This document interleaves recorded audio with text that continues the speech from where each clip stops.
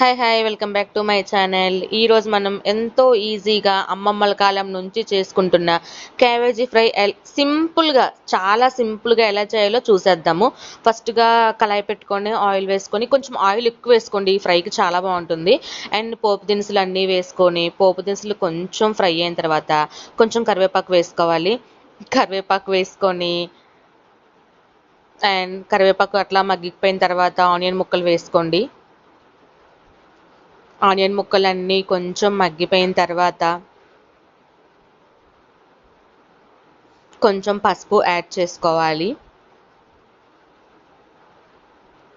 పసుపు యాడ్ చేసుకొని ఆనియన్స్ ఇలా మగ్గిపోయిన టైంలో ముందుగానే కట్ చేసి పెట్టుకున్న క్యాబేజీని, చక్కగా కట్ చేసి కడిగి పెట్టుకున్న క్యాబేజీని దీంట్లో వేసేసి మొత్తం అంతా కూడాను ఆ ఆయిల్ అంతా క్యాబేజీ ఫ్రైకి పట్టేలాగా కలుపుకోండి. ఇలా 2 to 3 minutes లో ఫ్లేమ్లో పెట్టుకొని ఫ్రై చేస్తూ కలుపుకుంటూ ఉండండి.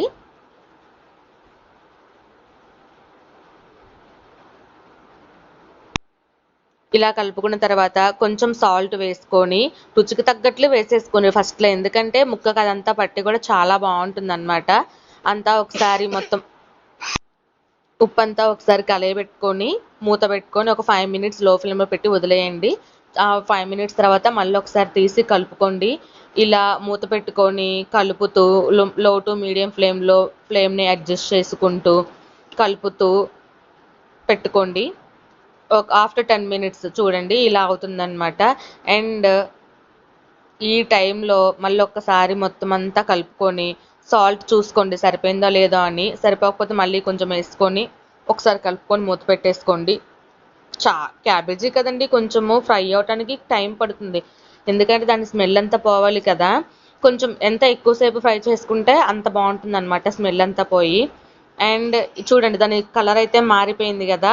ఈ టైంలో కొంచెం వెల్లుల్లి దంచుకొని వేసేసి, అండ్ అలాగే కొంచెం ధనియా పౌడర్ ఎక్కువ వేసుకుంటే టేస్ట్ చాలా బాగుంటుందండి. ధనియా పౌడర్ కొంచెం వేసేసుకొని మొత్తం అంతా కలుపుకొని ఒకసారి మళ్ళీ మూత పెట్టి మీడియం ఫ్లేమ్లో ఒక 5 to 6 minutes ఫ్రై చేయండి.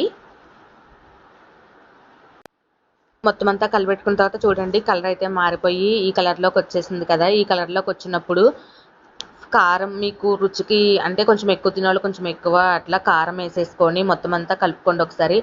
అండ్ అలానే చికెన్ గరం మసాలా అండి, నేనైతే చికెన్ గరం మసాలా వేసుకుంటాను. మీ దగ్గర ఏ గరం మసాలా ఉంటే ఆ గరం మసాలా కొంచెం అంతా వేసుకొని కలుపుకోండి.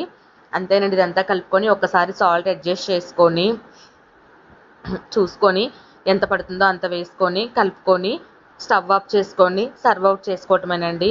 అంతే, ఎంతో రుచికరమైన టేస్టీ క్యాబేజీ ఫ్రై అయిపోయింది. Thank you for watching.